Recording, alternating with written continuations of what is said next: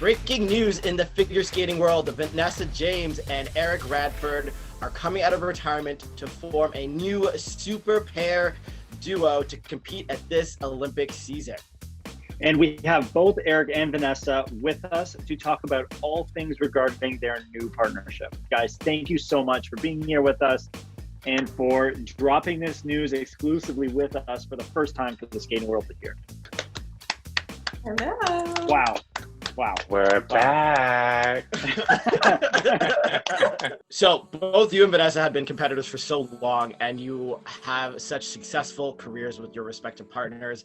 Vanessa, you're a three-time Olympian, European champion, the first team to win since 1932, seven-time national champion of France. Eric, three-time Olympic medalist, two-time world champion, seven-time Canadian national champion. Why? Why come back? Why not? We are healthy. We are blessed to be in such good shape, and we have this amazing opportunity. We have nothing to lose. Megan and Eric were amazing skaters and an excellent couple, like an exceptional couple on the ice in their own right. Morgan and I have accomplished a lot also, but this is completely different. It's something that we can't compare with anything else or anything that we've done before. And I think that it's just an opportunity for us to get back into skating and kind of see what we have to offer to the skating world. I think there's room for us. So I think both Vanessa and I, we wouldn't really have expected. This isn't like, we spent our entire lives reaching that Olympic goal, and like we could see into the future, right? And I think that this has come totally out of the blue and out of left field. And it's something that has just manifested in front of us quite easily and without us trying.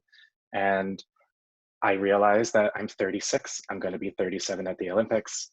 That's older than Aliona was. That's older than Hambo Zhao was. And I, of all people, would have been like, if anybody had asked me, even 5 months ago, I would have been like, no bleeping way. Like it's not going to happen. And it's all, and here it is, like it's all happening. And as my focus is like shifting from like that retirement path that I was forming, after, post-Olympics and transitioning out of sport, and I can feel it steering itself back into that competitive like laneway, and you guys all know that sort of laser like pathway you have as you start competitions and what training and everything that it involves. And what's so amazing is that I can feel a familiarity, but it's a totally different color or a totally different flavor. And that's what's so exciting about it for me. It's like I'm returning home, but with a sense of curiosity and exploration to a home that I am familiar with, but that I've never been to before. Absolutely. And the skating world is, as we are, I'm sure, going to be very excited about this because A, skating loves drama, and B, you guys, from the clips that we've seen, look absolutely incredible. As Asher said, you guys are extremely decorated, but together I think you bring something fresh. So how did this happen? How did this magical partnership come to be? It all started with a stroking pattern during Battle of the Blades. And just for fun, I was like, oh, Vanessa, let's do like backward stroking. And we had somebody film it, and we went and we did a circle, and we did like a really long stretch. And we kind of did it like right through like this patch of hockey players. And they were like, whoa, like you guys are going so fast. And then we watched the video, and we were like, huh, wow, we look really good, So I think that was like the very, very beginning of that kind of, that could be something. I don't think any of us were expecting much, but being Canadian, I got a message from Eric and was like, do you have your Canadian passport?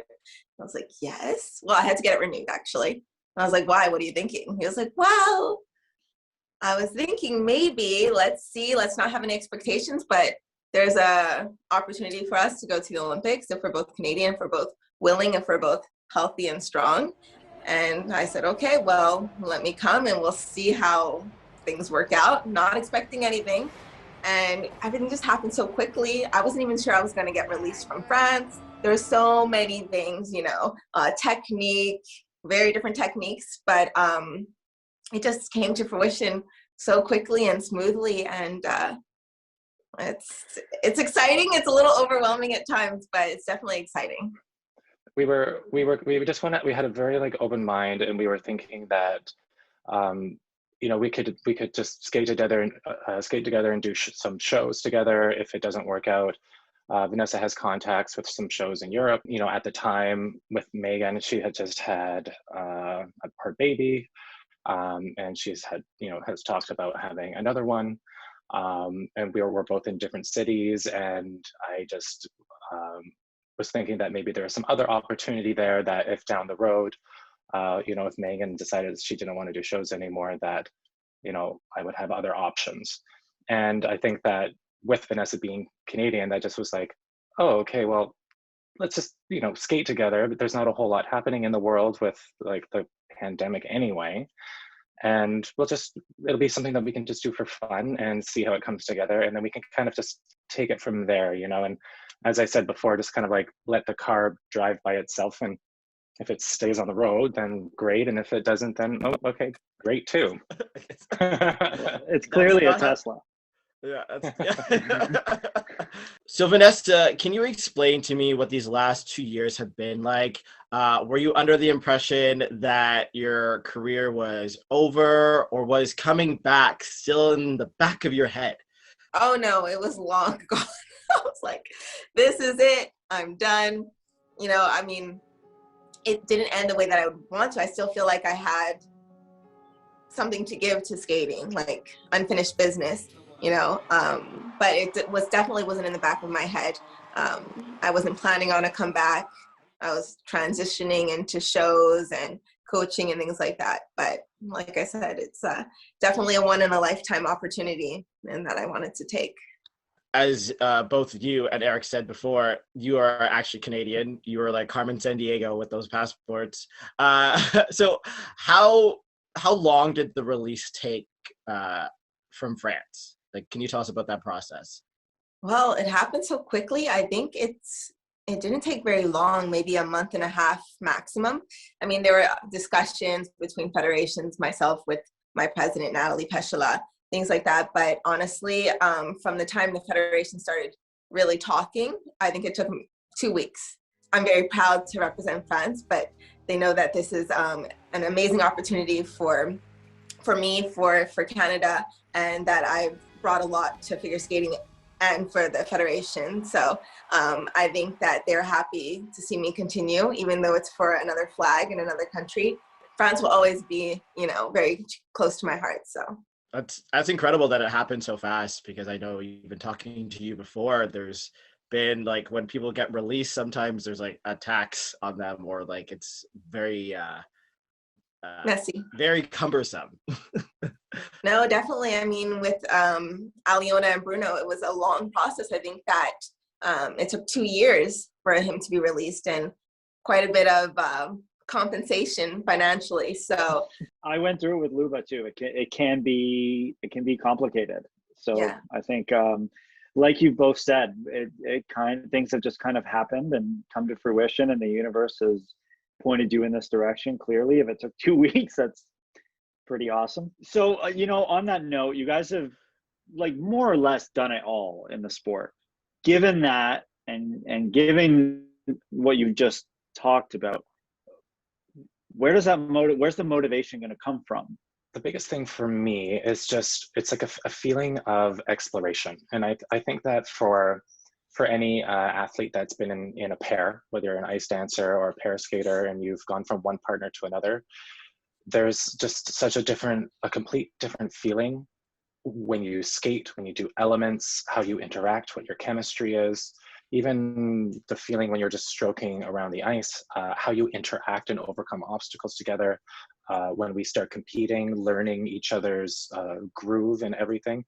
And I think that I see an opportunity to be able to express myself in my own skating in a completely different way than I have ever been able to do. And that's something that I'm really excited about. And I think that sort of curiosity and again, that sense of exploration is what intrigues me the most. It's what makes me very excited. And just to see where are our limits? How far can we go? What can we do artistically? What stories can we tell together? How can we use and explore our chemistry? Like, there's just so many unknowns that we get to learn in this journey. And I mean, that's so exciting. And especially to do it at this point in my career where I probably will have the deepest appreciation I possibly can have for everything for something like this to happen at this point in my life. Like, it's just, like Vanessa said, it's a real blessing. And have you guys already started a selection process of the music and the programs? Are they kind of set in stone? Are they? Yeah, they're just set in stone not too long ago. Yeah, we haven't started the process, but we'll be starting our long program next week. Yeah, in a few days, we'll see. And I think that was the hardest thing for us, is because we've done so many programs, each of us, to different types of music, so many different styles. We never really skated to the same style of music, but so we're creating and merging and meshing our styles. And I think it's going to be something that's really beautiful and creative, and something people haven't seen before. And if you think about it too, it's, usually you have like a pool of ideas and you're like, oh, okay, let's do this one and we'll save that one for next year. But there is no saving for next year. It's like, this is it. It's all like now. So we have to make the right choice, or our best choice right now. So it was a little bit more challenging. There's like a little bit more pressure to choose the perfect music. Definitely. We'll see a lot of pair teams going back to previous programs, fine-tuning them. They were able to see what works for them, what doesn't work for them, judges' feedback and things like that. And we're just being thrown into the deep end. But good that we have some experience, But I think that it was a process, because we don't want to just skate to music to skate to it because we like it. We want it to have meaning to both of us. We want to tell a story. So I think that was the hardest thing for us to kind of figure out, and to find music that suits us and tells our stories. So I think we'll see what everyone thinks. I'm sure it'll be amazing. We're all looking very forward to it. When will you be debuting them? Like, what does your season look like? And what do your goals look like for this season? I think that we want to compete as much as possible throughout the season. So I think we'll be looking to maybe start at summer provincials here in Quebec in August, maybe a senior B, hopefully 2 Grand Prix, potentially Grand Prix final, nationals, and just keep on going from there. So in that rundown, Eric, we were missing the big elephant in the room, which is the Olympics. What are your goals for that? Are you going to be able to compete there? Give us a lowdown on your vibe for heading into the Ollies. Well, our goal is obviously to go to the Olympics. We'd love to go to the Olympics, and I think that's any athlete's goal. We don't know what is going to happen on the way. Any surprise could come up. It could be injury. It could be we're not as good as we think we will be. But, it's definitely a goal. It's a dream for us to, get to the Olympics and hopefully Olympic medal, things like that. But it's a process. So we're going to take it step at a time, see how nationals go.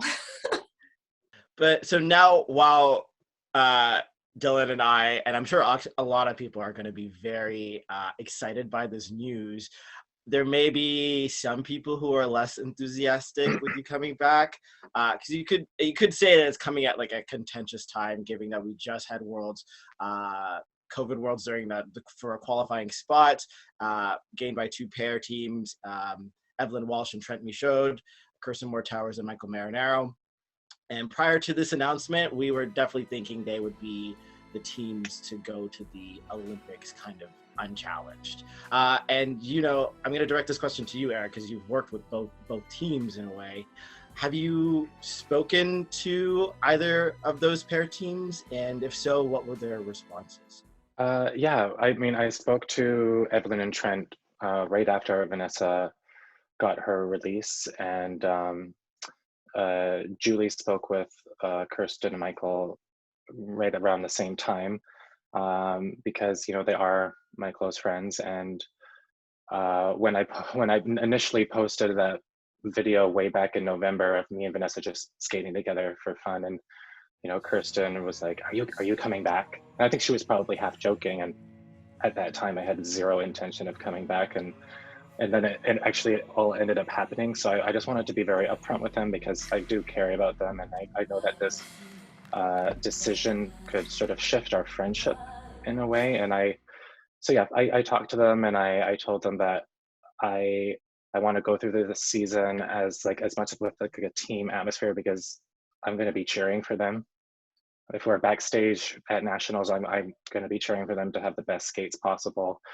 And I would still love to be able to offer all of my expertise to them to help them become the best they could be, because I believe in them as skaters, and I care about them as friends. So it is a funny situation, there's no way around that. But I think that, and when it comes to making the Olympics, like, this is a sport, like, it doesn't matter how good you are, you have to go out and you have to do your job. And if you don't, then it doesn't happen. So we all come from the same starting spot. Everybody's given that same opportunity when you're in your starting position, and we all have that same equal opportunity to go out and do our job. So nothing is written in stone. There's nothing going to be given to us. We need to work really hard, and we're starting from really far behind. Like, we don't have half the amount of competitions under our belt, like, not even close. So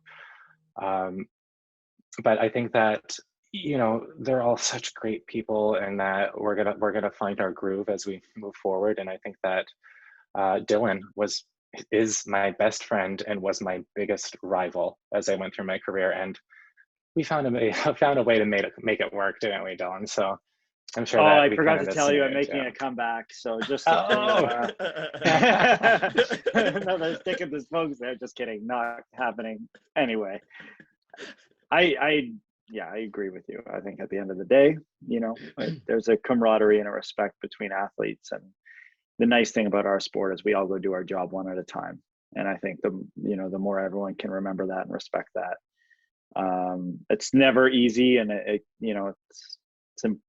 it's important for everybody. Everyone's seeing it through their own lens. But I think one thing that Canadian skating has is, as a team, we really support each other. And I think, Eric, you've been a huge part of that for our Canadian family for so long. And I think, the team's lucky to have you back, and they're gaining another great mentor and veteran with Vanessa. So as much as I'm sure it'll be hard in some ways, you guys are going to be so great for Team Canada, and I'm so excited for you, and I'm sure the country's going to be very excited to see it all happen.